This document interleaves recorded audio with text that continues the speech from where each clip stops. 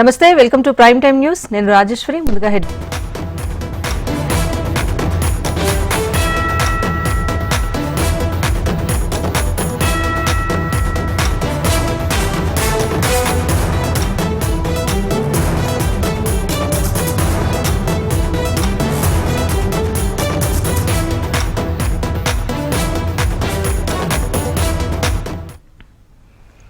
Cadre కేటాయింపులకు విరుద్ధంగా తెలంగాణ, ఏపీలో పనిచేస్తున్న ఐఏఎస్ అధికారులు హైకోర్టు ఆదేశాలతో రిలీవ్ అయ్యారు.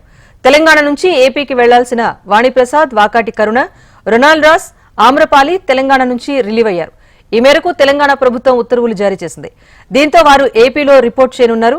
వారి స్థానాల్లో సీనియర్లకు అదనపు బాధ్యతలు అప్పగించింది తెలంగాణ ప్రభుత్వం. ఎనర్జీ సెక్రటరీగా Sandeep Kumar Sultania, women and child welfare సెక్రటరీగా Sridevi, tourism and cultural principal గా సెక్రటరీగా శ్రీధర్, ఆరోగ్యశ్రీ సీఈఓగా ఆర్వి కర్ణన్ కు అదనపు బాధ్యతలను అప్పగించారు. ఇక జీహెచ్ఎంసీ కమిషనర్ గా ఇలం భర్తీకి బాధ్యతలను అప్పగించారు. ఇటు ఏపీ నుంచి రిలీవ్ అయిన ఐఏఎస్లు సృజన, హరికిరణ్, శివశంకర్ తెలంగాణ సీఎస్ శాంతికుమారికి రిపోర్ట్ చేశారు. ఇక ఐఏఎస్ల బదిలీలకు సంబంధించి అప్డేట్ మా ప్రతినిధి రాజిరెడ్డి అందిస్తారు. రాజిరెడ్డి, చెప్పండి. అనేక పరిణామాల తర్వాత కేటాయింపు అనేది జరిగింది. సో ఏపీ, తెలంగాణకు సంబంధించి ఐఏఎస్ అధికారుల రిలీవ్ కి సంబంధించి లేకపోతే రిపోర్ట్ కి సంబంధించిన అప్డేట్ ఏంటి? డిఓపిటి ఆదేశాల మేరకు ఎట్టకేలకు ఉత్కంఠకు తెరపడింది. ఇన్ని రోజులు తెలంగాణలో ఉన్నటువంటి రొనాల్డ్ రాస్, వాకాటి కరుణ, అదేవిధంగా అమ్రపాలి, వాణిప్రసాద్ ఐఏఎస్ అధికారులు ఆంధ్రప్రదేశ్ కు రిపోర్ట్ చేయాలనేది కూడా డిఓపిటి ఆదేశాలకు అనుగుణంగా వాళ్ళు తెలంగాణ నుంచి రిలీవ్ అయ్యారు. ఆంధ్రప్రదేశ్ కు వెళ్లిపోయారు. ఆంధ్రప్రదేశ్ లో కూడా రిపోర్ట్ చేయడానికి సిద్ధమయ్యారు.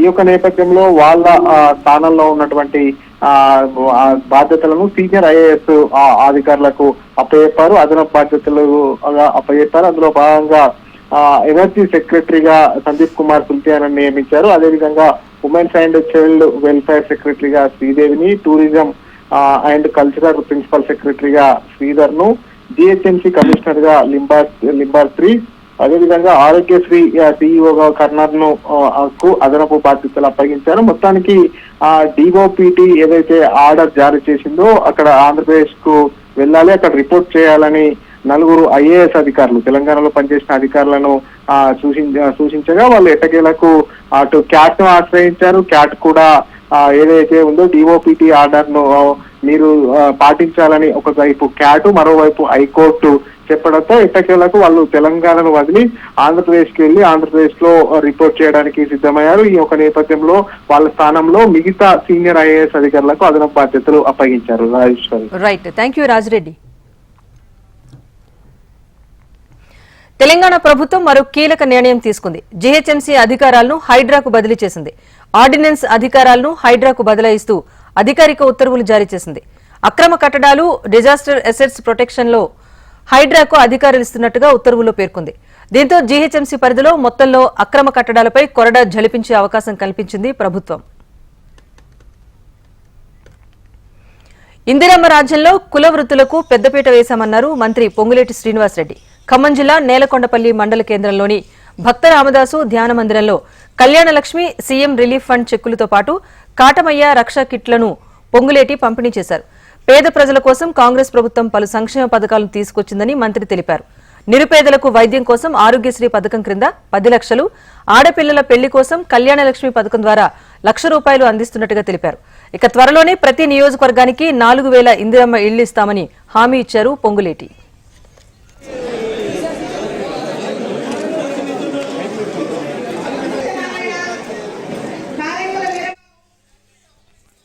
మాట తప్పని ఇందిరమ్మ ప్రభుత్వంలో రాబోయే కొద్ది రోజుల్లోనే మిగిలిన 13,000 కోట్ల రూపాయలను కూడా 2 లక్షల రూపాయల వరకు అర్హులైన రైతులని బాకీ తీర్చే బాధ్యత ఇందిరమ్మ ప్రభుత్వంలో మాది. ఈ నెలాఖరులోపే ఇందిరమ్మ ఇల్లు ఇస్తామని చెప్పాం. 100కి 100% 4,000 ఇళ్లు దాకా ప్రతి నియోజకవర్గానికి మొదటి విడతగా ఇస్తున్నాం. మన పాలేరు నియోజకవర్గం నా సొంత నియోజకవర్గం కాబట్టి ఇంకొద్దిగా ఎక్కువ ఇస్తే జరుగుతుంది. రైతు రుణమాఫీని దీపావళి నాటికి పూర్తి చేస్తామని మంత్రి తుమ్మల నాగేశ్వరరావు స్పష్టం చేశారు. అలాగే ధాన్యం అమ్మకాల విషయంలో రైతులకు ఎలాంటి ఇబ్బందులు రానివ్వబోమని, ఇచ్చిన హామీ మేరకు సన్నవడ్లకు 500 రూపాయల బోనస్ ఇస్తున్నామన్నారు. రైతాంగం ఆయిల్ పామ్ సాగు చేస్తే ఎకరానికి 50,000 రూపాయల వరకు సబ్సిడీ ఇస్తామన్నారు. నల్గొండ జిల్లా నిడమనూరు మార్కెట్ కమిటీ సభ్యుల ప్రమాణ స్వీకార కార్యక్రమంలో మంత్రి కోమటిరెడ్డి వెంకటరెడ్డి, మాజీ మంత్రి జానారెడ్డితో కలిసి తుమ్మల పాల్గొన్నారు. ఎన్నికల్లో ఇచ్చిన ప్రతి హామీని నిలబెట్టుకుంటామని, ఎస్ఎల్బీసీని 2 ఏళ్లలో పూర్తి చేసి తీరుతామని ఈ సందర్భంగా మంత్రి కోమటిరెడ్డి వెంకటరెడ్డి తెలిపారు. సన్నధాన్యానికి 500 ఇచ్చి ప్రభుత్వం బోనస్ ఇచ్చి కొంటామని చెప్పారు. రాహుల్ గాంధీ గారు మాట ప్రకారం కొంటామని చెప్పి కూడా మీకు ఈ సందర్భంగా మనం చేస్తున్నాం. అదేవిధంగా మీ పంటల బీమాకు సంబంధించి గతంలో పంటల బీమాను కూడా తీసేశారు గత ప్రభుత్వం. అయితే దాన్ని పునరుద్ధరించి ప్రతి ఎకరానికి, ప్రతి పంటకి, ప్రతి రైతుకి ఇన్సూరెన్స్ పాలసీ మేమే కట్టి మీ పంట నష్టపోతే ఎన్ని వేలు నష్టపోతే, ఎంత వ్యాధి నష్టపోతే ఇన్సూరెన్స్ కంపెనీ ద్వారా మీ యొక్క నష్టపరిహారం ఇప్పించాలనేది కాంగ్రెస్ ప్రభుత్వం యొక్క ఆలోచన చెప్పి కూడా ఈ సందర్భంగా మనం చేస్తున్నాం. కాబట్టి పంటల బీమా ఉంటుంది. అదేవిధంగా రైతు బీమాని కొనసాగిస్తాము. తప్పకుండా రుణమాఫీ పూర్తి చేస్తాము. రైతు భరోసాని ప్రారంభిస్తామని చెప్పి కూడా ఈ సందర్భంగా మనం చేస్తున్నాం. తెలంగాణ ఇచ్చిన పార్టీ మనం పాలించే హక్కు కూడా మనగా ఉంది. ఇవాళ శ్రీశైలం ఆ రోజు నేను నారాయణ గారు పెద్దలు కొట్లాడి రాజశేఖర రెడ్డి గారి సొరంగం శాశ్వత పరిష్కారం జిల్లాకని కొట్లాడి సాధిస్తే 10 ఏళ్ళు పూర్తి చేసుకోకుండా పక్కన పెడితే మళ్ళా నేను మన కొట్లాడి మన రేవంత్ రెడ్డి గారు చెప్పగానే దాన్ని 4,600 కోట్ల కోసం పెట్టి రఘువీ రెడ్డి గారు, ఎంపీ గారు, ఉత్తమ్ కుమార్ రెడ్డి దగ్గర కూర్చొని ఇరిగేషన్ మినిస్టర్ దాన్ని అమెరికా నుంచి మిషన్ తెప్పించి 2 ఏళ్ల సొరంగం పూర్తి చేస్తుంది. ఎక్స్ వేదికగా కాంగ్రెస్ ప్రభుత్వంపై కేటీఆర్ ట్వీట్ల పర్వం కొనసాగుతూనే ఉంది. తాజాగా రేవంత్ సర్కారు చేసిన అప్పుల అంశాన్ని ప్రస్తావించారు కేటీఆర్. తెలంగాణ సీఎంగా రేవంత్ రెడ్డి బాధ్యతలు చేపట్టిన రోజు నుంచి ఇప్పటి వరకు తీసుకొచ్చిన అప్పు 80,500 కోట్లు అంటూ కేటీఆర్ ట్వీట్ చేశారు. అయితే రుణమాఫీ చేయకుండా, రైతు భరోసా వేయకుండా, ఒక్క కొత్త ప్రాజెక్టు కట్టకుండా, నెలల పాటు జీతాలు ఇవ్వకుండా ఇన్ని వేల కోట్లు ఏమైనట్టని ప్రశ్నించారు కేటీఆర్. రాష్ట్ర సంపద సృష్టికి కాకుండా సొంత ఆస్తులు పెంచుకోవటానికే సీఎం రేవంత్ చూస్తున్నారని ఎక్స్ వేదికగా మండిపడ్డారు కేటీఆర్. వైద్య విద్యకు తెలంగాణ హబ్గా మారిందన్నారు మాజీ మంత్రి హరీష్ రావు. 9 ఏళ్ల బీఆర్ఎస్ ప్రభుత్వ హయాంలో మెడికల్ ఎడ్యుకేషన్ కు తెలంగాణ కేర్ ఆఫ్ అడ్రస్ గా నిలిచిందన్నారు. మెడికల్ సీట్ల సంఖ్యలో దేశంలోనే అగ్రస్థానానికి చేరుకుందన్నారు. నాడు అందని ద్రాక్షగా ఉన్న వైద్య విద్య నేడు సాధారణ ప్రజలకు చేరువైందన్నారు హరీష్ రావు.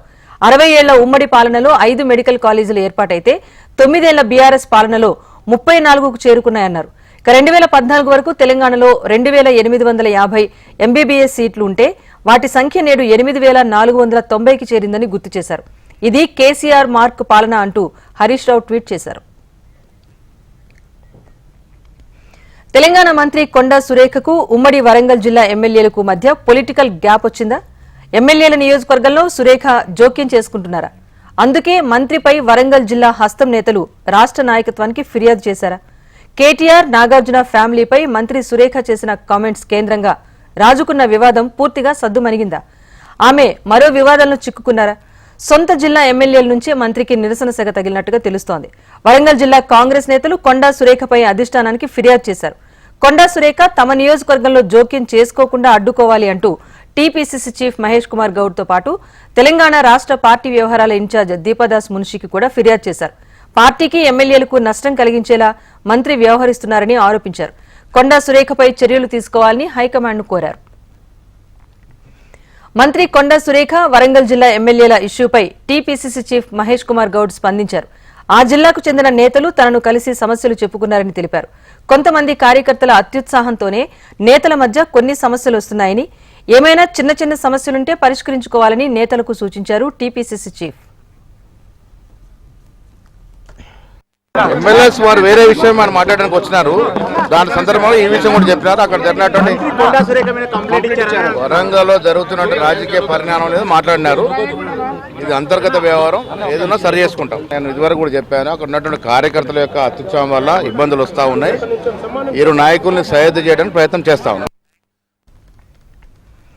కాంగ్రెస్ ప్రభుత్వంపై బీజేపీ ఎంపీ ఈటెల రాజేందర్ తీవ్ర స్థాయిలో విమర్శలు చేశారు. కేంద్ర ప్రభుత్వం నిధులు విడుదల చేస్తేనే రాష్ట్ర ప్రభుత్వం సోకులు పడుతోంది అంటూ ఘాటుగా విమర్శించారు.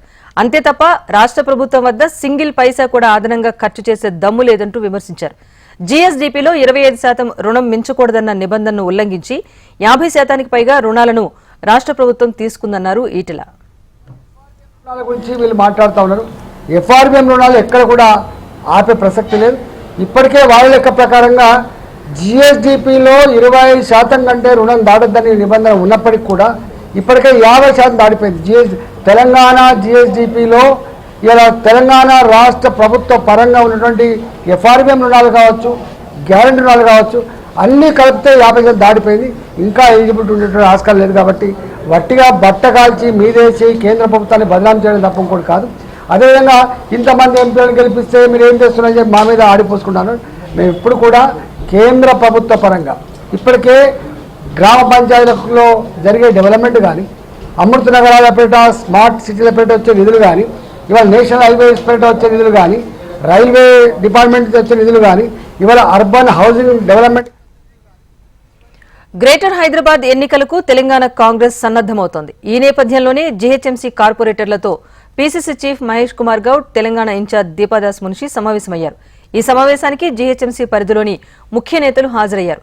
పార్టీ పరిస్థితులపై నేతల నుంచి అభిప్రాయాలు తీసుకున్న రాష్ట్ర హైకమాండ్ రాబోయే బల్దియా ఎన్నికలకు ఎలా సన్నద్దమవ్వాలో సూచించారు. ఈ సమావేశంలో హైడ్రా, మూసీ ప్రాజెక్టు, ఫార్మా సిటీపైన నేతలు భిన్నాభిప్రాయాలు వ్యక్తం చేశారు. ముందస్తుగా ప్రజలకు క్లారిటీ ఇవ్వాలి అనే అభిప్రాయాలను తెలిపారు. అయితే వీటిపై నేతలతో చర్చించిన TPCC chief Mahesh Kumar Goud BRS చేస్తున్న అసత్య ప్రచారాలను ఎదుర్కోవాలని సూచించారు. 100% గ్రేటర్ ఎన్నికల్లో కాంగ్రెస్ గెలుస్తుంది అనే ధీమా వ్యక్తం చేశారు మహేష్ కుమార్ గౌడ్. రానున్న జిహెచ్ఎంసీ ఎన్నికల్లో 100% ఇక్కడ కార్పొరేట్ సీట్ గెలుచుకునే దిశగా మా కార్యకర్తలు, నాయకులంతా కూడా సమాయమత్య పరిస్థితి ఇవాళ సమీక్షించుకోవడం జరిగింది. ఈ కార్యక్రమంలో కూడా దీపాదాస్ మేడం గారు, ఇన్ఛార్జ్ మంత్రి పొన్నం గారు, వారందరూ కూడా పాల్గొనడం జరిగింది. భవిష్యత్తులో ఇంకా మిగిలిపోయిన జిల్లాలు ఇదివరకే నిజామాబాద్, కరీంనగర్, వరంగల్, ఆదిలాబాద్, మెదక్, హైదరాబాద్ ఉమ్మడి రాష్ట్రంలో ఉమ్మడి జిల్లాల సమీక్షలు చేయడం జరిగింది. రాను రోజుల్లో మరిన్ని సమీక్షలు చేసుకుని ఆ తర్వాత జిల్లా పర్యటనకి పీసీసీ కార్యక్రమంతో పాటు ముందుకు పోతాం. రేపు జరగబోయే కూర్పులో అది కార్పొరేషన్ కావచ్చు, డైరెక్టర్లు కావచ్చు. ఏపీ కేబినెట్ సమావేశంలో కీలక నిర్ణయాలకు ఆమోదముద్ర పడింది. సీఎం చంద్రబాబు అధ్యక్షతన జరిగిన కేబినెట్ భేటీలో ప్రభుత్వ శాఖలు ఇచ్చిన ప్రతిపాదనలపై చర్చించారు. రాష్ట్ర ఆర్థిక ప్రగతిని పరుగులు పెట్టించేలా 6 పాలసీలు రూపొందించేందుకు కేబినెట్ నిర్ణయం తీసుకుంది. ఇందులో భాగంగా clean energy, electronics, industrial, green energy పాలసీలకు ఆమోదం తెలిపింది. త్వరలోనే ఐటీ, వర్చువల్ వర్కింగ్ పాలసీలు తీసుకొచ్చేందుకు కూడా నిర్ణయం తీసుకుంది కేబినెట్. వీటితో పాటు వరద ప్రభావిత ప్రాంతాల్లో రుణాల రీషెడ్యూల్లో స్టాంప్ డ్యూటీ, రిజిస్ట్రేషన్ ఫీజుల మినహాయింపు, చెత్త పన్ను రద్దు, ఆలయాల పాలక మండళ్ల నియామకంలో చట్ట సవరణ, ఉచిత గ్యాస్ సిలిండర్ల పథకం, కొత్త మున్సిపాలిటీలో పోస్టుల భర్తీ తదితర అంశాలపై సీఎం, మంత్రులు చర్చించారు. 5 ఏళ్లలో 20 లక్షల ఉద్యోగాల కల్పనే తమ ప్రభుత్వ లక్ష్యమన్నారు AP CM Chandrababu. Think globally, act globally నినాదంతో ముందుకు వెళ్తామన్నారు. ఏపీ కేబినెట్ నిర్ణయాలను వెల్లడించిన సీఎం ఒకేసారి 6 కొత్త పాలసీలు తీసుకొచ్చినట్టుగా తెలిపారు. ఈ 6 పాలసీలు రాష్ట్ర ఆర్థిక ప్రగతి మార్చేలా రూపొందిస్తున్నామని పేర్కొన్నారు. కొత్త పాలసీలతో యువత భవిష్యత్తులో పెను మార్పులు వస్తాయన్నారు. యువత ఉద్యోగాలు చేసేలా కాకుండా ఉపాధి కల్పించే స్థాయిలో ఉండాలని సూచించారు సీఎం. అందుకు తగిన ప్రోత్సాహకాలు ఇస్తామని హామీ ఇచ్చారు. 5 సంవత్సరాల్లో 20 లక్షల ఉద్యోగాలు కల్పించే విధానానికి శ్రీకారం చుడుతున్నాం. అందుకే జాబ్ ఫస్ట్, ఏ పాలసీలో కూడా ఉద్యోగాలకు ప్రాధాన్యత ఇచ్చాం. ఇంత మునుపంతా ఎంత ఇన్వెస్ట్మెంట్ వచ్చింది అనేది అడిగేవాడు. ఇప్పుడు మేము చేసే పాలసీలో ఎన్ని ఉద్యోగాలు ఇస్తున్నారు అనే దానిపైన ఉద్యోగాల కోసం, ఎక్కడికక్కడ ఉపాధి కోసం, ఎంప్లాయ్మెంట్ కోసం, చదువుకున్న పిల్లల భవిష్యత్తు. మాజీ ప్రభుత్వ సలహాదారు సజ్జల రామకృష్ణారెడ్డికి పోలీసులు నోటీసులు జారీ చేశారు. టీడీపీ ప్రధాన కార్యాలయంపై దాడి కేసులో విచారణకు హాజరు కావాలని నోటీసులో పేర్కొన్నారు. రేపు ఉదయం 10 గంటల నుంచి సాయంత్రం 4 గంటల మధ్యలో విచారణకు రావాలని నోటీసులో తెలిపారు. సజ్జలను విచారించి మరిన్ని వివరాలు రాబడతామని మంగళగిరి రూరల్ సీఐ శ్రీనివాసరావు తెలిపారు. ఇప్పటి వరకు 65 మందిని విచారించామని, 28 మంది నిందితులను అరెస్ట్ చేశామని తెలిపారు. నోటీస్ ఇవ్వడం జరిగింది. దానిలో భాగంగా దాంట్లో విచారించడం జరుగుతుంది. అది ఈరోజు ఇచ్చాము కదా, రేపు టైం ఉంది, రేపు అటెండ్ కావాల్సి ఉంది. రేపు దాంట్లో మా దర్యాప్తులో భాగంగా ఒక 120 మందిని మొత్తం ముద్దాయిల్ని మనం గుర్తించడం జరిగింది. ఇంకా దీనిలో భాగంగా ఇంకా ముద్దాయిలు అరెస్ట్ అయ్యే గుందికి తర్వాత వచ్చిన సాక్ష్యాల ఆధారాలను బట్టి కూడా మనకి ఇంకా కొత్తగా కూడా కొంతమంది ఈ సీసీ ఫుటేజ్ ఆధారంగా ఇంకా గుర్తించవలసిన అవకాశం కూడా ఉంది. దాంట్లో కొంచెం ముద్దాయిలు కూడా పెరిగే అవకాశం ఉంది. ఎందుకంటే బికాస్ మెయిన్ అనేది దీంట్లో సీసీ ఫుటేజ్ లో మెయిన్ ఐడెంటిఫికేషన్ ఇంపార్టెంట్. దాని ఆధారంగా కొంత ముద్దాయిలు కూడా పెరగచ్చు. కూటమి ప్రభుత్వం తమపై తప్పుడు కేసులు బనాయించి కక్ష సాధింపు చర్యలకు పాల్పడుతోందని మండిపడ్డారు వైసీపీ నేత సజ్జల రామకృష్ణారెడ్డి. విచారణకు హాజరు కావాలి అంటూ మంగళగిరి పోలీసులు ఇచ్చిన నోటీసులపై సజ్జల స్పందించారు. టీడీపీ కార్యాలయంపై దాడి కేసులో లుకౌట్ నోటీసుల పేరుతో హడావిడి చేస్తున్నారన్న సజ్జల అసలు కేసు ముగిసే సమయానికి నోటీసులు ఇవ్వడం ఏంటని ప్రశ్నించారు. సజ్జల రామకృష్ణారెడ్డికి ఇంటరిమ్ ప్రొటెక్షన్ కోర్టు ఇచ్చిందని నీకు తెలుసు. ప్రొటెక్షన్ ఇచ్చిన తర్వాత 25th వరకు అది వ్యాలిడ్ అని తెలుసు. ఆ టైంలో నేను బయటకు వెళ్తున్నప్పుడు పోనీ అప్పుడన్నా నువ్వు ఆపల, తిరిగి వస్తున్నప్పుడు ఆపి చాలా క్యాజువల్గా ఆయనకు హైకోర్టు ప్రొటెక్షన్ ఉంది కాబట్టి మరి ముందు ప్రొటెక్షన్ ఉన్నప్పుడు తెలిసి ఇప్పుడు ఎట్లా నువ్వు నోటీస్ ఇస్తావు, ఆ సర్కులర్ ఎట్లా ఇస్తావు, ఇప్పుడు ప్రొటెక్షన్ ఉంది కాబట్టి వదిలేయమని ఎట్లంటారు? ఇది కంటెంప్ట్ కదా, న్యాయస్థానం దీన్ని ఉల్లంఘించడమే కదా. సరే దానికి కోర్టుకు వెళ్తామా, జరిగేది జరుగుతుంది. కానీ తిరుపతికి భారీ వర్ష హెచ్చరికల నేపథ్యంలో అధికారులందరూ అప్రమత్తంగా ఉండాలని టీటీడీ ఈవో శ్యామలరావు ఆదేశించారు. విపత్తు నిర్వహణ ప్రణాళికపై TTD additional EO CH Venkaiah చౌదరితో కలిసి ఆయన అధికారులతో వీడియో కాన్ఫరెన్స్ నిర్వహించారు. 48 గంటల్లో తిరుపతిలో భారీ నుంచి అతి భారీ వర్షాలు కురిసే అవకాశం ఉందనే వాతావరణ శాఖ ముందస్తు హెచ్చరికల నేపథ్యంలో అధికారులందరూ విపత్తును ఎదుర్కొనేందుకు సంసిద్ధంగా ఉండాలన్నారు. 2021లో భారీ కొండ చర్యలు విరిగిపడిన ఘటనతో టీటీడీ 700 పేజీల విపత్తు నిర్వహణ ప్రణాళిక రూపొందించిందన్నారు. ఈ ప్రణాళిక బాగుందని, మరింత మెరుగుపరచాల్సిన అవసరం ఉందని అధికారులకు సూచించారు. ఈవో స్థాయిలో విపత్తుల నివారణ ఎగ్జిక్యూటివ్ కమిటీ, అడిషనల్ ఈవో ఆధ్వర్యంలో విపత్తు నిర్వహణ సమన్వయ కమిటీ ఉందన్నారు. అగ్నిమాపక శాఖ, ఆరోగ్య శాఖ, విజిలెన్స్ విభాగం, ఇతర కీలకమైన శాఖల విభాగాధిపతులు తమ సిబ్బందితో డిజాస్టర్ మేనేజ్మెంట్ రెస్పాన్స్ ఫోర్స్ ఏర్పాటు చేయాలని ఆదేశించారు. కొండ చర్యలపై ప్రత్యేక నిఘా ఉంచాలని, ఘాట్ రోడ్లలో ట్రాఫిక్ జామ్ కాకుండా జాగ్రత్తలు తీసుకోవాలని సూచించారు టీటీడీ ఈవో శ్యామలరావు. ప్రధాని నరేంద్ర మోదీ అధ్యక్షతన సమావేశమైన కేంద్ర కేబినెట్ పలు కీలక నిర్ణయాలు తీసుకుంది. రైతు ఆదాయం పెంచడమే లక్ష్యంగా పీఎం అన్నదాత ఆయ్ సంరక్షణ్ అభియాన్ కు 35,000 కోట్ల రూపాయలు ఇచ్చేందుకు ఆమోదముద్ర వేసింది. రబీ పంట సీజన్ కు సంబంధించి నాన్ యూరియా ఎరువులకు 24,475 కోట్ల సబ్సిడీకి పచ్చజెండా ఊపింది. 2025-26 సంవత్సరానికి గాను గోధుమ సహా 6 రకాల పంటలకు కనీస మద్దతు ధరను పెంచింది. క్వింటాల్ గోధుమపై ఎంఎస్పీని తాజాగా 150కు పెంచడంతో గతంలో 2,275గా ఉన్న కనీస మద్దతు ధర 2,425కు పెరిగినట్లు కేంద్ర మంత్రి అశ్విని వైష్ణవ్ వెల్లడించారు. కేంద్ర ప్రభుత్వ ఉద్యోగులకు గుడ్ న్యూస్. దీపావళి కానుకగా డీఏ 3% పెంచేందుకు కేంద్రం నిర్ణయం తీసుకుంది. తాజా పెంపుతో ఇప్పటి వరకు ఉన్న 50% డీఏ 53%కి చేరనుంది. ఈ ఏడాది జూలై 1వ తేదీ నుంచే దీన్ని అమలు చేయనున్నట్టు కేంద్ర మంత్రి అశ్విని వైష్ణవ్ తెలిపారు. దీని కారణంగా కేంద్ర ఖజానాపై 9,448 కోట్ల అదనపు భారం పడనుందని పేర్కొన్నారు. డీఏ పెంపుతో దాదాపు 1 కోటి మంది ఉద్యోగులు, పెన్షనర్లు ప్రయోజనం పొందనున్నారు. हमारे केंद्र सरकार के जितने भी एम्प्लॉइज हैं उन सबको बधाई। आज कैबिनेट ने डीए और पेंशनर्स के लिए डीएनएस रिलीफ इसको 3% बढ़ाया है और टोटल 9,448 करोड़ एनुअली 9,400 జమ్మూ కశ్మీర్ నూతన ముఖ్యమంత్రిగా ఒమర్ అబ్దుల్లా ప్రమాణ స్వీకారం చేశారు. లెఫ్టినెంట్ గవర్నర్ మనోజ్ సిన్హా ఆయనతో ప్రమాణం చేయించారు. సురీందర్ కుమార్ చౌదరి ఉప ముఖ్యమంత్రిగా ప్రమాణ స్వీకారం చేశారు. శ్రీనగర్లోని షరీ కశ్మీర్ ఇంటర్నేషనల్ కాన్ఫరెన్స్ సెంటర్లో జరిగిన ఈ కార్యక్రమానికి కాంగ్రెస్ అగ్రనేతలు మల్లికార్జున ఖర్గే, రాహుల్ గాంధీ, ప్రియాంక గాంధీ హాజరయ్యారు. వీరితో పాటు జమ్మూ కశ్మీర్ మాజీ సీఎం మెహబూబా ముఫ్తీ, ఇండీ కూటమికి చెందిన ఇతర నేతలు ఒమర్ అబ్దుల్లా ప్రమాణ స్వీకార కార్యక్రమానికి హాజరయ్యారు. ప్రతిపక్షాలే టార్గెట్ గా విమర్శల బాణాలు ఎక్కుపెట్టారు మహారాష్ట్ర ముఖ్యమంత్రి ఏక్నాథ్ షిండే. అధికార మహాయుతి కూటమి నాయకులు ప్రజల అభివృద్ది కోసం నిరంతరం కృషి చేస్తూ ఉంటే ప్రతిపక్ష మహావికాస్ అఘాడీ మహారాష్ట్ర అభివృద్దిని అడ్డుకోవాలని ప్రయత్నిస్తోందని షిండే ఆరోపించారు. ప్రజలను తప్పుదోవ పట్టించడానికి నకిలీ కథనాలను సృష్టిస్తున్నారని ముఖ్యమంత్రి మండిపడ్డారు. మిత్రపక్షాల నాయకులతో కలిసి మహాయుతి ప్రభుత్వ నివేదిక కార్డును సీఎం విడుదల చేశారు. గడిచిన 2.5 ఏళ్లలో 60 కేబినెట్ సమావేశాలు నిర్వహించి 900కు పైగా నిర్ణయాలు తీసుకున్నట్టుగా తెలిపారు. నవజాత శిశువులు, బాలికలు, మహిళలు, సీనియర్ సిటిజన్స్, పేదలు, రైతుల కోసం సంక్షేమ పథకాలు ప్రారంభించామన్నారు. ప్రతిపక్షాల తప్పుడు ఆరోపణల గురించి తాము భయపడట్లేదని, రాష్ట్రంలో వారు అధికారంలో ఉన్నప్పుడు చేసిన అభివృద్ధిని, తాము చేసిన అభివృద్ధిని పోల్చి చూడటానికి సిద్ధంగా ఉన్నామన్నారు షిండే. మహారాష్ట్ర ముఖ్యమంత్రి షిండే విడుదల చేసిన మహాయుతి రిపోర్ట్ కార్డుపై నిప్పులు చెరిగారు శివసేన యూబీటీ నేత ఆదిత్య ఠాక్రే.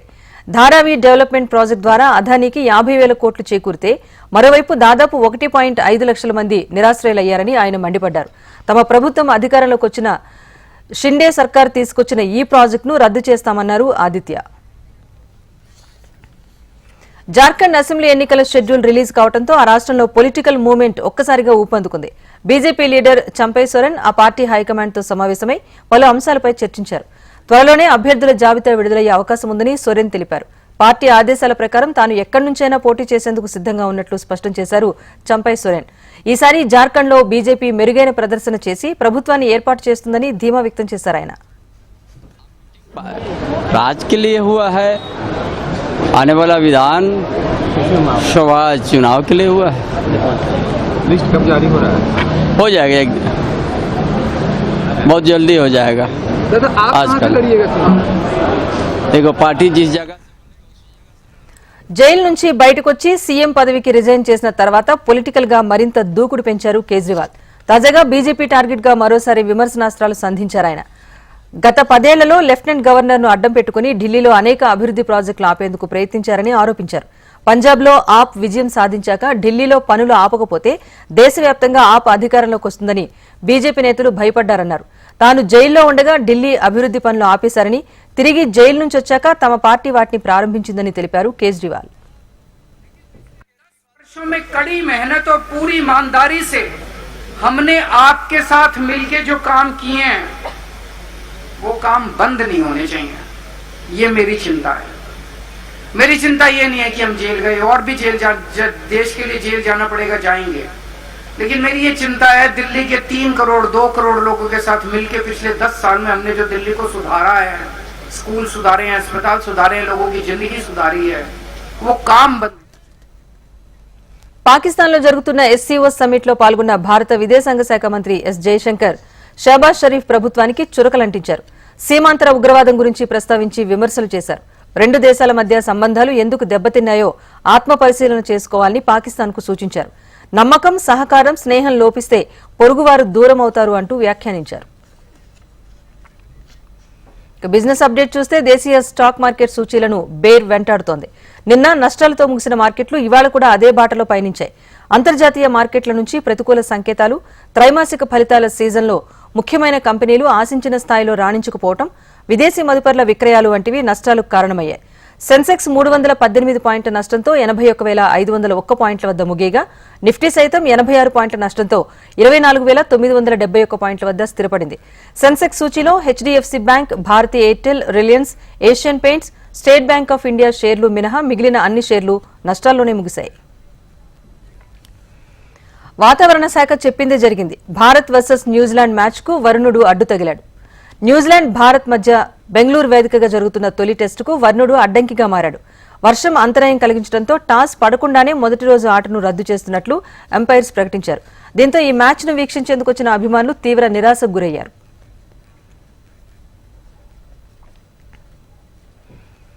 ఇదిలా ఉండగా మొదటి రోజు ఆట కొనసాగకపోవడంతో రెండవ రోజు ఆట సమయాల్లో మార్పులు చేశారు. రెండో రోజు 15 నిమిషాల ముందుగానే మార్నింగ్ సెషన్ ప్రారంభం కానుంది. మార్నింగ్ సెషన్ 9:15 నుంచి 11:30 గంటల వరకు కొనసాగనుంది. ఇక మధ్యాహ్నం 12:30 నుంచి 2:25 వరకు కూడా మ్యాచ్ జరగనుంది. చివరి సెషన్ 2:45 నుంచి 4:45 వరకు కొనసాగనుంది. ఇది prime time news update. Keep watching HM TV. వార్త ఆగదు, నిజం దాగదు.